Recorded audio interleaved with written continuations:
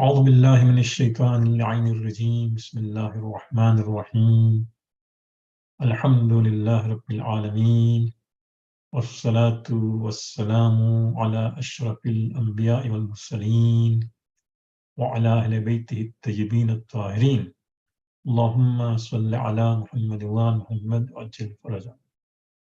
Assalamu alaikum jameen wa rahmatullahi wa barakatuh, and thank you very much again for joining us for this fifth session. Today is the 5th of Ramadan. This is almost, we are now completing the 1/6 of Ramadan, and we really hope and pray that we are benefiting from these presentations.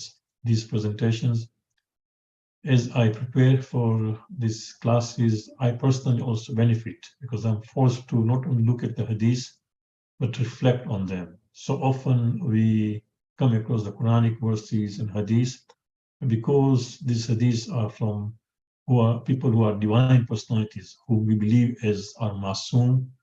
We feel that there is a lot of wisdom in these hadiths, and it is our duty that we try to read them, reread them, and try to reflect on them. And this is what I'm doing it, and I find that it is quite fascinating. I really hope that you will also benefit. So yesterday we looked at one of the hadiths regarding that the Prophet says that we looked at these two verses, hadith, of course. Yeah, looked at this, and then now we go to the next this is the hadith we looked briefly only, and today we'll discuss in detail, reflecting on that. Somebody also had asked question, I don't know if that person is there or not, that where do we get all these hadiths from? So as we said, that our main source for courses, we will try to take most of the hadiths from this book, Combat with the Self, which we have also mentioned in our flyer.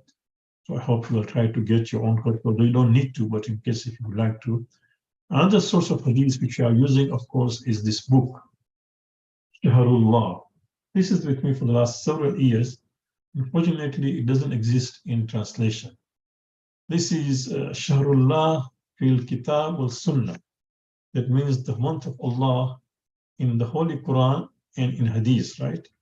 And it has altogether, let me just tell you exactly how many hadiths are there. It is altogether 889 hadiths on the month of Ramadan. Subhanallah, 889, you can imagine. And this was compiled by a great scholar who died only recently, Muhammad Ray Shahri Muhammadi. He also compiled Mizan al-Hikmah, which is in 10 volumes, 28,000 hadiths. But then he came with this book, Shahrullah, month of Allah, in the Quran and Sunnah. I first saw this book when I was visiting to recite lectures in Madagascar. My host had it. I immediately liked it. At that particular time, I took a photocopy of a few pages, and then I got my own copy. I'm sure those who can read Arabic or Farsi can get these copies from Iran. At one stage, I also saw it was online, but I can't see it now, because things are quite fluid online, things sometimes change. So we'll take two of these from this book, just continuation of discussion from yesterday. Prophet says, لو يعلم العباد ما في رمضان لتمت أن يكون رمضان سنة. If the servants knew, now yesterday the translation I had taken was just from online, then today I changed the translation. Yesterday was if people knew. No, it says لو يعلم العباد. Ibad here refers to the servants. It means the servants of Allah subhanahu wa ta'ala. If the servants knew what was in Ramadan, yesterday the translation said, if people knew what was in the month of Ramadan, it just says no, what was good in Ramadan. That was yesterday's translation, if you remember. I no longer have it because I changed it now. Earlier I just took it from internet because of lack of time, but then I found the original hadith. This is it. Some of you participated in our course on Quranic Arabic, and so many things get lost in the translation. People sometimes don't take those nuances, small things, technical aspects they forget when they translate. So you can say, لو يعلم العباد, if servants knew ما في Ramadan, what is in Ramadan? It doesn't say what is good Ramadan, what ما في Ramadan. لتمت أن يكون رمضان سنة. They would have wished that Ramadan lasts for a year. So this is what we discussed yesterday, but today we got actual hadith and retranslated. In the same book, Shahrullah fil Kitab, or Sunnah, actually this is hadith number 2. And then her next hadith he says, لو علمتم ما لكم في رمضان لزدتم لله شكرا. If you knew that what is there for you in Ramadan, you will increase appreciation or thanks for Allah. Shukr can also mean thank or even appreciation, right?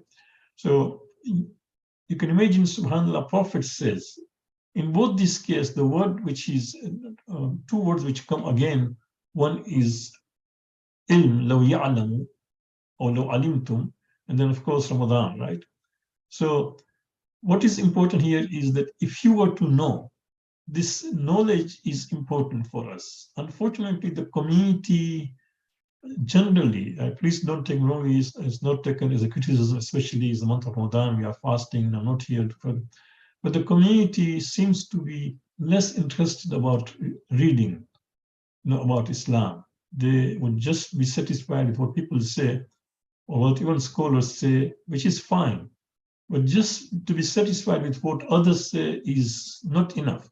I always give this example. Keep this in mind, that if you go to a lecture, by any lecturer, it doesn't matter, a scholar, a speaker, somebody who is self-taught, whatever it is, he or she would give you whatever he or she has a focus of, for example, interest about certain things, and his or her own understanding. It's not the original. Keep this in mind. It is similar to, for example, when we were children in olden days, not nowadays. In olden days, when we were children, we could not chew the food because our system or our teeth were not there, our mouth was not even there to be able to chew the food. So what happened? Our mothers, may Allah have mercy on them. Those of us who have parents living, may Allah give them long life and good health. And those of us who have lost their parents, may Allah have mercy on them. I lost my father almost 5 years ago. I lost my mother almost 15 years ago, right? Our mothers used to chew the food in their mouth and then pass it over to us, right? Because we did not have baby food those days. Now that was fine, those chew, because that time I was a kid, I was just a baby, right? So I didn't realize what the original food was. But today, imagine just for a moment, if somebody were to chew a food for you, even your own spouse, right, were to chew a food for you and give it to you, how would you feel? You'll find that it's totally tasteless, right? It's something which is so, something are there. So in the same way, when we just confine ourselves to listening instead of reading, that's what happens, that we get, things which are diluted, not the original. When you look at the original, I was really amazed. Yesterday, because of time, I took the hadith from online, from alislam.org, a very good website, but I realized that the translation had so much important things missed out. So Prophet says, ilm is important, right? Even, for example, Allah says in Quran, Surah Jummah, Ya ayyuhal ladhina amanu idha nudiya lis-salat min yawm al-jum'ah fas'u ila dhikrillahi dhalikum khairun lakum in kuntum ta'lamun, right? Allah says that all believers, when the call is made on Friday, then rush for it. Dhalika khairun lakum, that is good for you in kuntum ta'lamun, only if you were to know. And that is why you can see there are many people who still, there's a youngster, I meet him often because we deal with them some kind of work. So I see him, I said, why don't you come to Jummah? I said, Uncle, I'll come. Uncle, I'll come. And I don't see him. And he is not working, he's not working for somebody, he's employed himself, and he's running a business. So he can make those kind of adjustments at work to be there, Jummah prayers. But people don't come, right? This is why Allah says, لَوْ كُنْتُمْ تَعْلَمُونَ, only if you were to know what is there, what is hidden there in that particular, practice of attending Friday prayers, only if you were to know. So Prophet says, لَوْ يَعْلَمُ الْإِبَادِ, if people were to know, مَا فِي Ramadan, what is there in Ramadan. No, it doesn't even say ma khair fi Ramadan. That's what the translation is. No, ma fi Ramadan. What is Ramadan? The tammat, he would have tamanna. Tamanna, that means desire. An yakuna Ramadanu sanatan. He would have a desire that I wish this Ramadan lasts for the entire year, right? And then the Prophet says, this alimtum ma lakum fi Ramadan. And then he says, not only that, and now he says, Prophet says, what is in Ramadan? Now Prophet says, what is for you in Ramadan?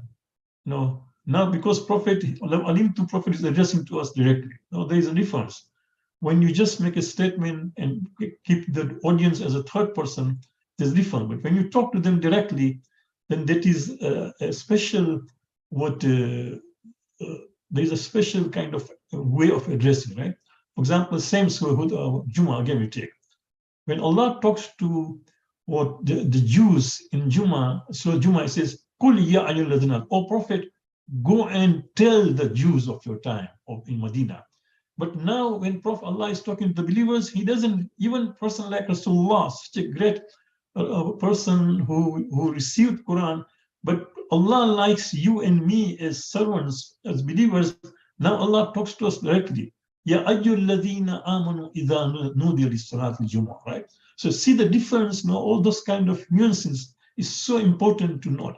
So you can see here, Allah said, no, ya'lamul ibad, if people were to know, if servants were to know. Now Prophet is talking to us. Law alimtum, O believers, O Muslims, if you knew, ma lakum fi Ramadan, what is there for you? Now for you and me, what is Ramadan? Lazittum lillahi shukra. You would have thanked Allah abundantly, all the time, non-stop. That subhanallah, how great is Allah, how kind He is, how generous, that I don't deserve this kind of special treatment, but Allah has given me. That is why all of us who are just now listening and even talk to your friends and my family members, that how blessed we are to be observing Ramadan. That means to have lived, because you never know. For example, just in Toronto for the last, since Ramadan, we have buried 3 people, right? Today there is again funeral, right? So people, you never know, but we have been given that life again once more to witness Ramadan. It's a great blessing of Allah subhanahu wa ta'ala. So you will just thank Allah non-stop. So these are just these we just translated. Now let us reflect on this thing. How do we, for example, take this hadith? Something has come from the Prophet. How do we take it? Now, this is my humble approach, okay? Of course, different scholars, different speakers, and even you, so respected audience, you might even have your own way of looking at it, right? So this is list all you can that is associated with Ramadan, because the Prophet says, ma fi Ramadan, what is in Ramadan? So take a piece of paper and start writing that what is there in Ramadan? What are the specialties? Fasting, praying, generosity, istighfar, dua, social aspect, empathy for those who do not have, right? The kind of social gathering we have in Masajid and Imam Barga, right? The concern for each other, all those things you find. Try to list all the things are there in Ramadan, right? Then you would wish that it remains. So one is, let us try to yourself. Then secondly, highlight those that you can continue beyond Ramadan. Now you like certain things of Ramadan, 1, 2, 3, 4, 5, you listed, for example, maybe 10, 15 things. Now just see that what are these things which I can even do after Ramadan, if I can continue. So as you continue, the spirit is continuing, you see, because Prophet says you would wish that it remains Ramadan. So some things, it's not only you wish, that means since you wish, you can do. Just, for example, we wish sometimes things, right? But see, often people who are brave, people who are hardworking, people who are serious, they make their wish happen, right? So this is not something which is a desire which is unreasonable. No, Prophet is saying the things in Ramadan. So you list those things and see what some of these things I can continue beyond Ramadan, right? See this thing. Then, of course, the next thing is do not allow the spirit of Ramadan to leave you. Now that you built that kind of charge and spirit in Ramadan, whether you are not going to backbite, you are not going to lie, you are not going to listen to things which are haram, you are not going to say things that are haram, you will try to fast, even for example, occasionally after Ramadan, all those kind of things you would do. Let us, let's not allow that spirit to go away. Since we have built that kind of spirit, let it stay, okay? It is in our hands. Number 4, have a buddy. MashaAllah, we have about 40 people here. You can know some of the people. And have a buddy. It's very important in life to have a buddy who will actually remind you, and she or he will remind you what to do, how we can observe. It's very important because we need that kind of check always. You don't think that we can do it alone. It's important. You will be surprised, that my teachers used to say, and because I'm quoting my teacher because I'm fasting, and you're so careful, no? My teachers used to say that when Jibreel used to come to Rasulullah, his status is the highest, right? We believe, Muslims across the board, all Muslims believe that there is no person as perfect as Rasulullah. Nobody has reached that perfection level and closeness to Allah subhanahu wa ta'ala than Rasulullah, right? But even Rasulullah would say to Jibreel, please sit there and advise me. Imagine Rasulullah doesn't need the advice of Jibreel. Jibreel was just a messenger for Rasulullah. But Prophet felt that no, there should be somebody to just advise me, give me nasihat, right? So you can imagine that we need that kind of. So have a buddy who will for example, remind you that we had agreed to do certain things. And if you don't do it, then that was admonish you, and also sometimes admonish you, even reprimand you, even to the extent, because you are friends, right? That why we didn't do this thing, or why, for example, something was not to be done, we did, right? And then, of course, when the day of Eid comes, right, let us not be carried away that we eat so much as if we are doing qaza of 30 days.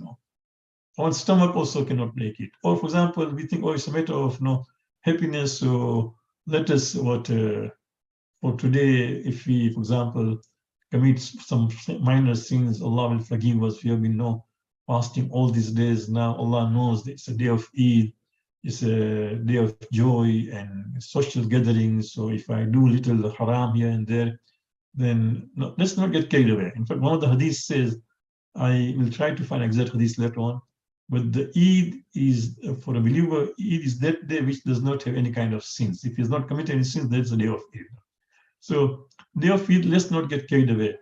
Since we are discussing this thing, I should, in fact, it's already 15 minutes, I'll stop there. But let me just end by this thing that there was a person who came to the day of Eid completely shaved, right?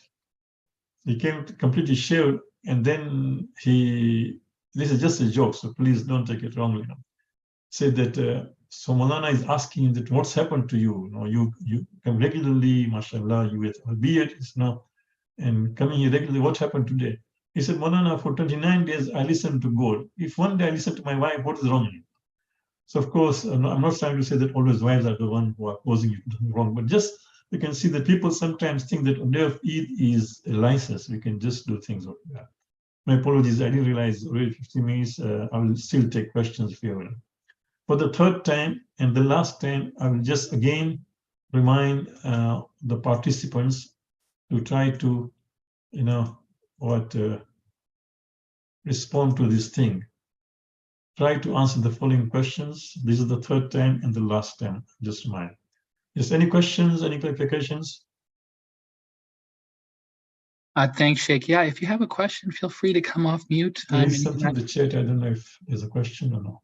Yeah, there is one on the chat, and yes, yeah, 880 hadith. The question, yes, there was 779. In this book, in my book, maybe your print is different. In my book, it is the last hadith number is 7. There may be a new print with extra numbers, but this is 889. Yeah, 889. Thank you. 880, not 79. 889. 900 hadiths, you can imagine. Yes. And there's another question. Is it possible that the spirit of Ramadan leave us while we are in Ramadan? Indeed, yes, indeed. No. So yesterday I was reading a hadith, I was shocked. No. It is said that in the month of Shaitan, in the month of Ramadan, Shaitan is chained, right? And then I read one scholar saying, a renowned scholar saying that what happens that if we commit sins, that Shaitan would be unchained for us. That now that Shaitan will start bothering us. So yes, sometimes it happens that now the spirit of Ramadan will leave us right in Ramadan if we are not careful. Sheikh, someone's also asking for the question that you're posing here on the slide. When will we be Well, I think I've been doing for answer the last 2 days. This is the third day. So once more, this is the question that although a spiritual internal fast is important or essential, as I'm discussing, it is like the major combat. Why would an evil thought, for example, a plan to harm someone or harbor envy not break our physical fast? What I just wanted answer to, so then we can discuss it, inshallah. Inshallah. And then there's a follow-up to the previous question. And if you've lost that spirit of my Ramadan, how do you regain it? Of course, first of all, whatever was the cause of it, you promise that you won't return it, and you won't do it because sometimes you don't realize people do certain things which are so serious. We only hope that Allah will forgive us. I've seen people in life that, for example, they can be your friends for many, many years, but you do one thing or you say one thing, they would break up with you totally. Of course, Allah is not like human being, but what I'm going to say that certain actions are so serious, right? So just look at it, that what could be the reason that which made my spirit go, and I will promise not to repeat that thing, and sincerely seek forgiveness, and then of course continue building on it. Thank you, Sheikh. And just a reminder, if you do have a question, you can put it in the chat, or you can come off mute, unmute yourself, and ask verbally as well. Yeah, so inshallah, please keep us in your du'as. Thank you again for being part of us. We pray to Allah subhanahu wa ta'ala that may Allah accept this effort. Thank